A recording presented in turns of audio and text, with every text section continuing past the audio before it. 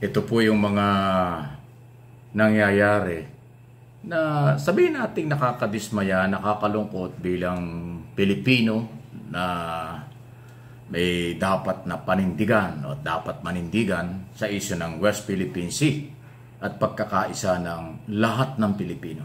Kaya ko ito binabanggit kasi po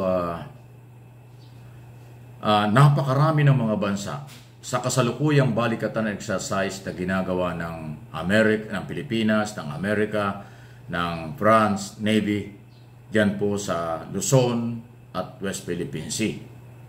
Maliban dyan, meron pong 15 or 14 to 16 countries ang nag-o-observe, naka-standby lang, nagmo-monitor sa ginagawang balikatan. Gusto man sumali sila sa aktual na balikatan, hindi pa nangyayari, pero nag-o-observe sila na nagpapakita ng suporta sa Philippine military sa Pilipinas sa isyu ng West Philippine Sea at pagpapalakas ng militar ng magkabilang panig. Yun po yung isa sa mga layunin eh. Pero ang nakakalungkot nga, may mga Pilipino na tumututol dyan. May mga Pilipino ginagamit pa ito na pananakot sa kapwa Pilipino na tayo daw ay makikipaggera sa China. Kahit ito yung mga eksperto na nakakaalam sa China, sinasabi nga nila na ang China hindi makakapagdeklara ng gulo yan, pang-aaway, dahil nga alam nilang malaki ang problema nila. Hindi lang sa military, kung hindi ang malaking epekto sa kanilang ekonomiya at magugutom ang mga Chinese o mga mamayan ng China kapag nakipag-away sila dito sa isyu ng West Philippine Sea, sa isyu ng Taiwan at marami pang iba. Kaya yung sinasabi ng mga anti-Marcos o anti-balikatan, pro-China, malinaw na mas pumapabor sila sa China, itong kailang ginagawang pananakot na magkakagulo, yan po ay para makahikayat ng mamamayang Pilipino. Na kahit anong sabihin nila, hindi naman maniniwala ang mamamayang Pilipino. Dahil ang paniniwala ng Pilipinas at ng mga Pilipinong matitino, ito'y karapatang ilaban sa tamang proseso, hindi sa pakikipag-away. Pero dahil ang China ay gumagamit ng mga Pilipinong kaya nilang gamitin sa kung ano man ang kapalit nito, ginagawa nila ang maling propaganda, maling paghahayag sa pagsasabing gulo ang itutulot nito. Hindi po ganon. Kaya ingat po tayo. Yung mga vlogger na pro-China, organisasyong identify sa anti-Marcos, pabor sa China, ni walang pagkondina sa China at katunayan, pinagmamalaki pa nila yung ginagawa ng China. Nananawagan pa nga sila na huwag daw apihin ang China sa kabila na ang China ang nanghihimasok, nananakop sa mga property sa West Philippine Sea na sakop ng exclusive economic zone ng ating bansa. Yan po yung mga panlilinlang nila. Kaya ingat po. Kasi yung grupo ng mga anti-Marcos gustong mang-agaw ng kapangyarihan, gustong pabagsakin si Pangulong Marcos para silang maghawak, tapos suportado sila ng China, sila na lang po mag-uusap. Ano ang mangyayari sa West Philippine Sea? Anong mangyayari sa mga isla at karagatan ng Pilipinas pagka pro-China naghawak ng ating bansa? Yan ho ang matinding tanong natin. Natural, mawawala yan. Natural, magagawa ng China ang lahat ng gusto nila, katulad ng mga nakaraan, kasi kakampi nila ang gobyerno noon. Ngayon, naninindigan si Pangulong Marcos dahil dapat lang naman, katulad ng paninindigan ng maraming Pilipino na kakaintindi rito, ay kanila pa hong sinisiraan, pababagsakin, at higit sa lahat, kinakampihan nila ang China.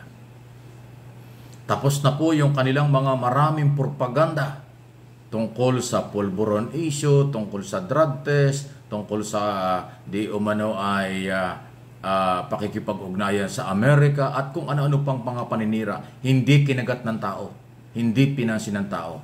Ngayon ang kanilang ginagawa na ng mga anti-Marcos ay ang pananakot na magkakagulo. Kawawa daw tayo. Sa halip na kumbinsihin ang kapwa Pilipinong manindigan, tinatakot pa. Pero ang mabuti nilang sa aking personal na monitoring, walang Pilipino, hindi ganun karami ang kanilang nakukumbinsi. Majority ng mga Pilipino sa kahit anong survey, pumapabor sa paninindigan atin ang West Philippine Sea. So iwasan, ingatan, huwag samahan ang mga panlilinlang ng mga anti-Marcos group, kasama na po yung kanilang mga vlogger na gumagamit ng social media. Yan po ang totoo. Ngayon, ang kanilang ginagamit matapos na magkabukuhan yung di umano ay may dayaan sa eleksyon, pero binara ni Attorney Rodriguez, sinabi niyang wala na naging dayaan, kaya laglag yung mga vloggers na sumisira at nagsasabing merong dayaan ng presidential election ng 2022. Pinanindigan ni Attorney Vic Rodriguez na walang ganon. Malinis ang eleksyon nun. O, di ba? Sila mismo naglaglagan. Ngayon, ang kailang binubuhay naman ay yung mga dating issue na di umani korupsyon na kinasasangkutan ng mga Marcos. 5 dekada na, 4 na dekada ng pinag-uusapan. Muli nilang binubuhay.